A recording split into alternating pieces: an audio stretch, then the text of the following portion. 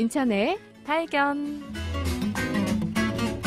안녕하세요. 인천의 발견 김경정입니다. 과거와 현재, 미래가 공존하는 21세기 국제도시 인천의 소식을 전하는 시간입니다. 더 나은 인천을 위해서 시에서는 어떤 노력을 하고 있을까요? 오늘도 이종우 방송팀장과 함께합니다. 팀장님 안녕하세요. 안녕하세요. 네, 오늘은 문화 얘기를 좀 해보고 싶은데요. 인천시가 최근 뮤지엄파크 조성계획 추진, 또 국립세계문자박물관 유치, 국립인천해양박물관 유치까지 추진하는 등 문화 인프라 확충에 박차를 가하고 있는데요. 이번에 문화주권 2차년도 사업계획을 발표했어요. 어떤 내용인가요? 네, 인천시가 2020년까지 문화예산을 3%까지 늘리고 예술인 복지 플랜을 수립하는 등 문화예술 생태계 조성과 문화도시 인프라 구축 등을 중점 추진할 계획입니다.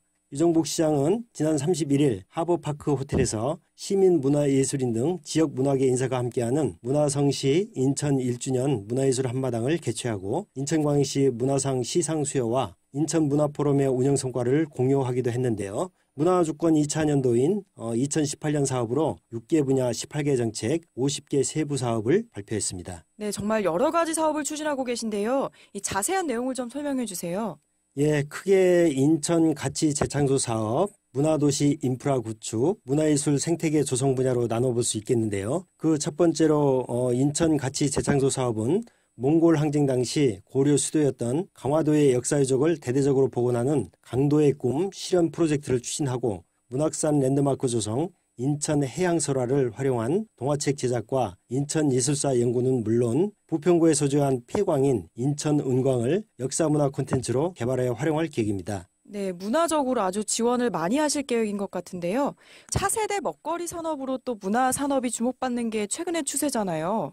인천이 최근 마이스 산업이나 영상 산업 분야가 특히 각광을 받고 있습니다. 이 부분은 어떻게 추진되고 있나요? 인천시는 마이스 사업에 대한 적극적인 지원을 통해 국제회의 유치 실적을 5년 내에 국내 2위까지 끌어올린다는 계획입니다. 또한 인천 영상밸리를 조성하고 영상문화 산업의 발전 기반을 조성할 계획입니다. 사실 인천시는 그동안 문화적으로 척박하다는 인식이 있었는데요. 이런 문화 불모지 이미지를 탈피하기 위해서 인천시가 앞으로 문화 관련 예산을 대폭 확대하겠다는 발표를 했었죠. 그렇습니다. 지난해 유정복 인천시장은 문화주권을 선언하면서 2020년까지 문화예산을 총 예산 대비 3%까지 단계적으로 달성하겠다는 목표를 발표했었는데요. 그 결과 전체 예산 규모 대비 문화예산 비중이 올해는 2.2%, 2018년도에는 2.5% 수준인 1,602억 원을 편성해 시민과의 약속을 지켜나갈 계획이고요. 참고로 2016년까지는 전체 예산 중 문화예산이 차지하는 비중이 약 1.9%에 머물러 있었습니다. 네, 이번에도 반가운 소식인데요. 11월부터 국민기초생활보장 부양 의무자 기준을 완화한다는 내용입니다.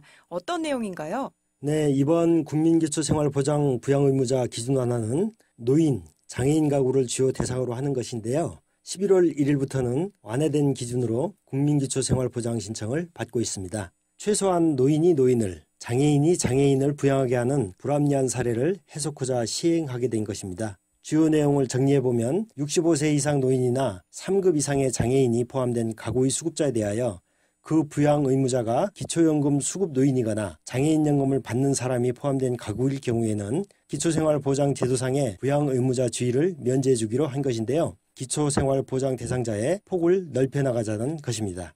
언뜻 듣기에 내용이 좀 어려운데요. 예를 들어서 설명해 주시면 어떨까요?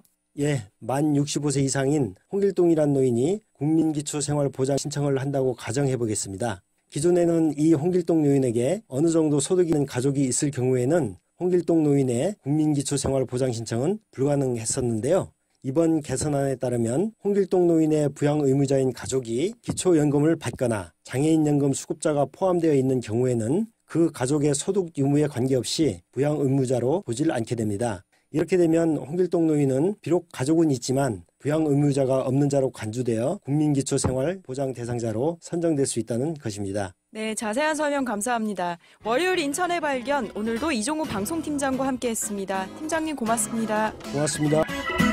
클릭 정보와이드 뉴스 편집의 문영호, 연출의 최미근이었습니다. 드디어 팝콘이 방송됩니다.